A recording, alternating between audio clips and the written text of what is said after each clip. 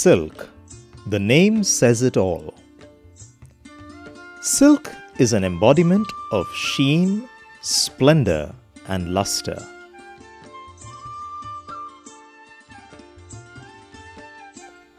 Whether religious festivals or wedding ceremonies, silk bestows an aura of sacredness to the occasion. Its majestic looks lend grace to its users and cast a magic spell on those who are a witness to its brilliance. Indians love their customs and traditions. The use of silk garments during festivities and good times is a norm and is carried out with much fanfare and style. Both old and young take immense pride in the grace of silken threads. The different hues and colorful dyes add to the beauty of this magic yarn. But how many of us know the ugly truth of this beautiful yarn? We kill about 50,000 little creatures called silkworms to produce just one sari. Every day, millions of such creatures are subjected to violent death in order to produce silk for our garments.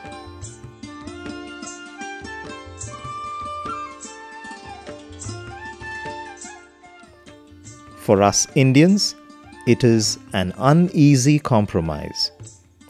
In the land of the Mahatma, the silent screams of such innocent creatures are hard to ignore. Some crusaders of non-violence started looking for clean alternatives. One such ahimsavadi in the state of Andhra Pradesh, Sri Kusumarajaya, at last came out with a fine solution with an undercurrent of peace. He came up with an escape route for both the silkworm as well as the silk users.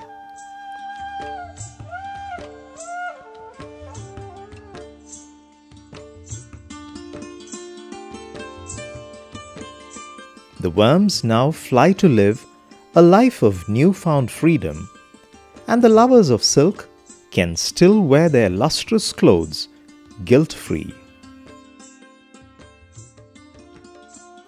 Before we talk of this peace-loving man and his mission, let us look at the process of extracting silk.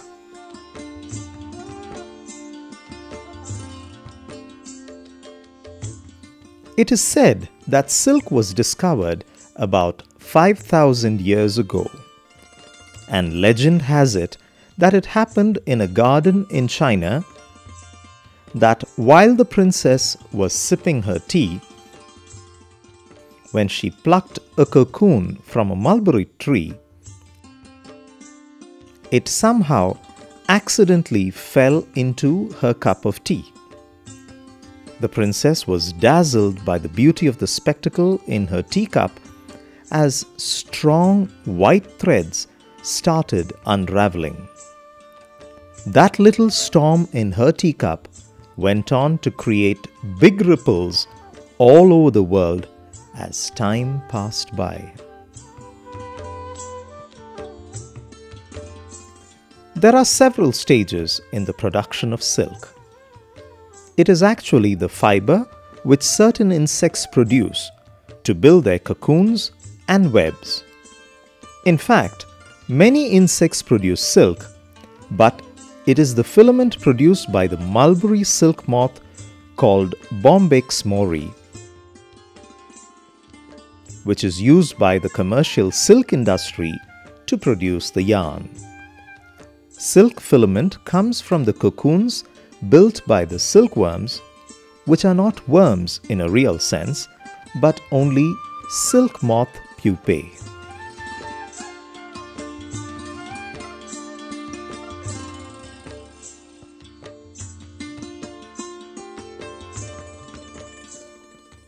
The art and science of cultivating silkworms is called sericulture.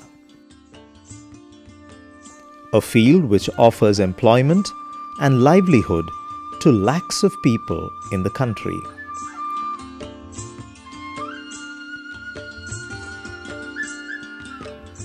Let's see how it works.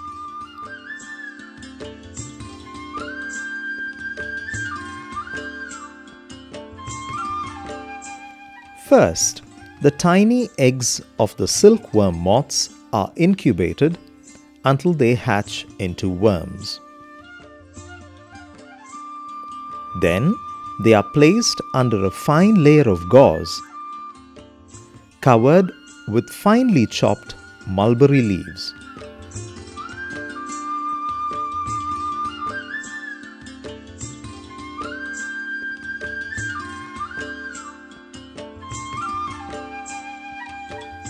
For 6 weeks, the caterpillars or the silkworms eat almost continually and voraciously.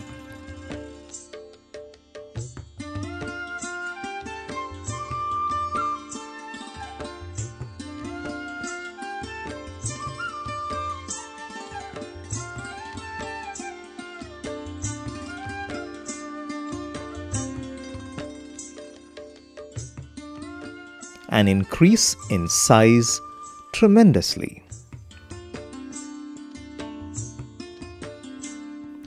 These worms are then made to build their cocoons, and they do it as one continuous length of silk filament.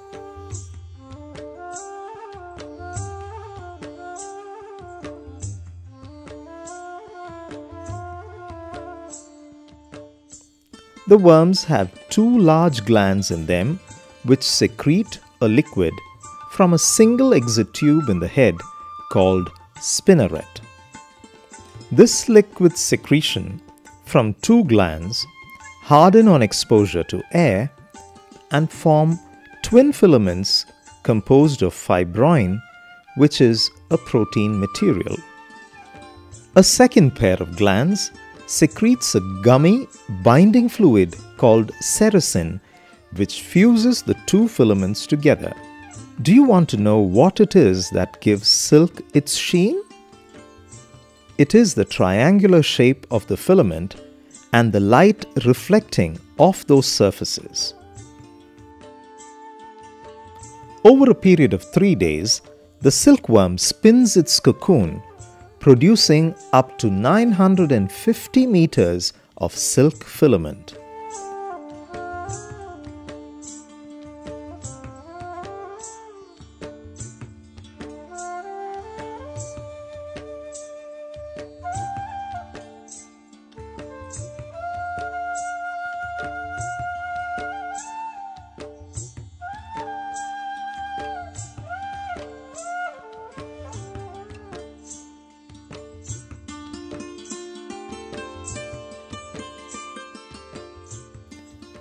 Supposing the moth were allowed to hatch, the silk strands would be broken and no silk would be obtained.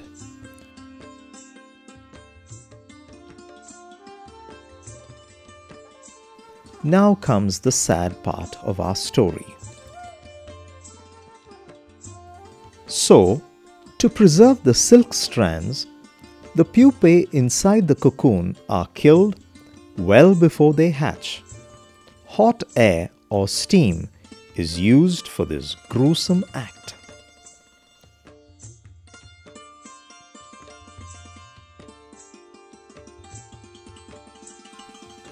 The silk is then unbound from the cocoon by softening the sericin and then delicately and carefully unwinding or reeling the filaments from the cocoons.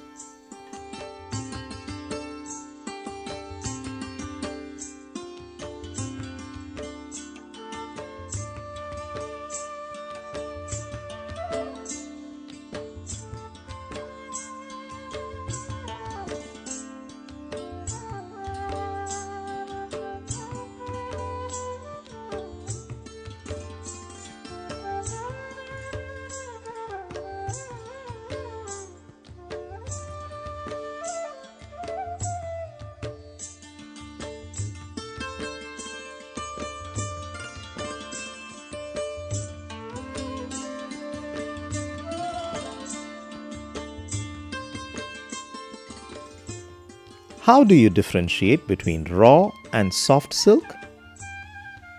Raw silk is the one which still contains sericin.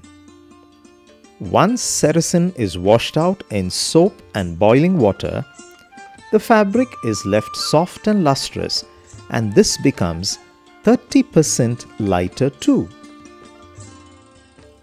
Then, the strands are wound together in a process known as throwing to create a silk yarn. Depending upon the number of standards and twists, the weight and texture of the silk yarn is determined. Understanding silk would be incomplete without knowing denier and hank. The thickness of silk filament is expressed in terms of denier, the number of grams of weight per 9,000 meters of filament, and spun silk is given a numerical designation based on the number of hanks, that is 840 yards length per pound of yarn.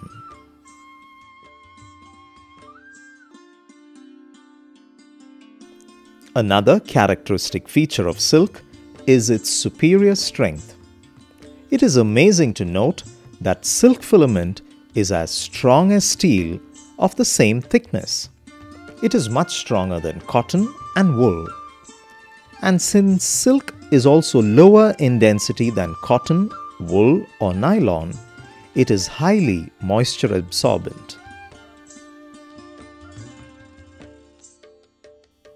Now, let us look at the process of making ahimsa silk and also get to know the man behind this clean technology. First, about the crusader. Necessity is the mother of invention. Such a moment came across Rajaya's life. In 90s, I come across Madam Janaki Venkataraman, the then president's wife, and she wanted to buy some sarees from APCO. We have taken all type of sarees from our APCO, and she has chosen some sarees and posed a question whether you have a saree woven without killing the silkworm. This question itched me, and I moved to explore how to do this. Rajaya resolved to find suitable alternatives and strove hard to look for a non-violent method of producing silk.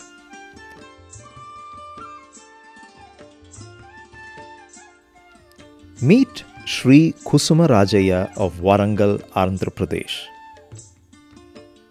Born into a family of weavers, Rajaya pursued the dream of being an expert in weaving technology and went to Salem, Tamil Nadu, to complete his diploma in handloom technology. He later joined the AP State Handloom Weavers Cooperative Society as a technical officer and offered guidance to weavers in weaving new designs and quality control procedures. Since I am the handloomist, I know how the silk is made and how the other fibers are made. Then I attempted the ahimsa way, and I selected some cocoons. After piercing the cocoons, I made sample production of 2 sarees in 91-92. The entrepreneur Rajaya became a crusader for non-violent technology and projected his idea in 2006. Today, Rajaya is a beacon of hope to many small and medium-class weavers who aspire to market ahimsa fabrics among the niche clientele in different parts of the world.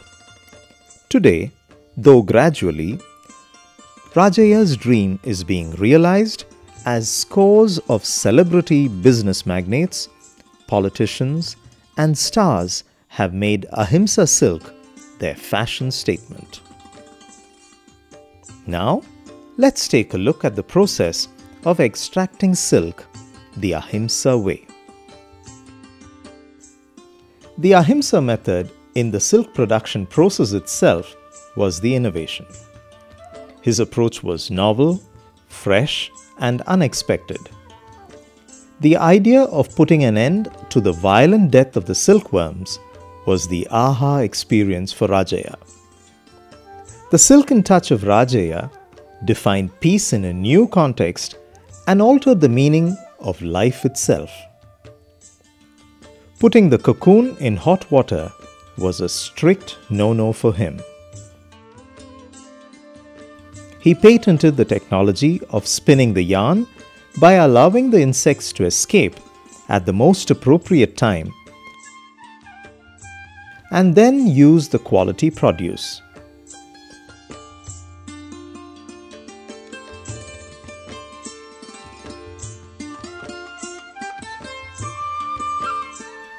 In the conventional method, 1,500 meters of filament could be extracted from one cocoon,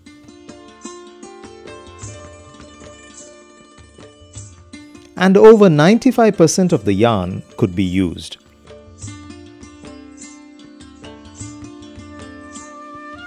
Whereas in the Ahimsa process, the yield was only 15%. It was a huge compromise. Rajaya had to withdraw from reeling as well as hand spinning. Instead, he did it mechanically to produce finer threads and quality garments.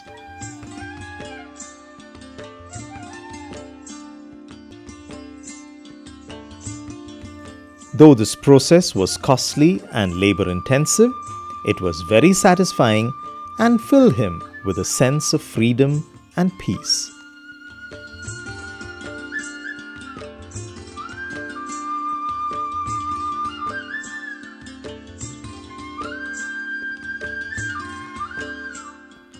Rajaya has successfully created about 30 designs including Kanchipura, Kalakshetra, Ikkat, Jamdani and Kalamkari printed saris.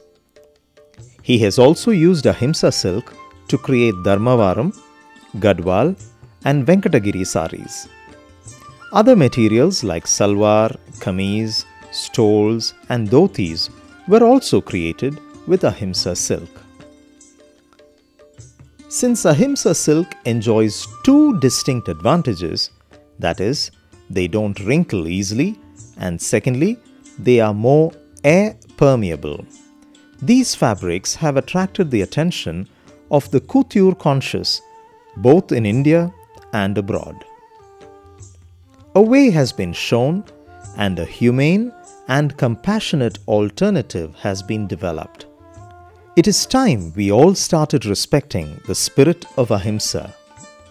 Let us join the crusade of this bold entrepreneur and declare to the world that we value life.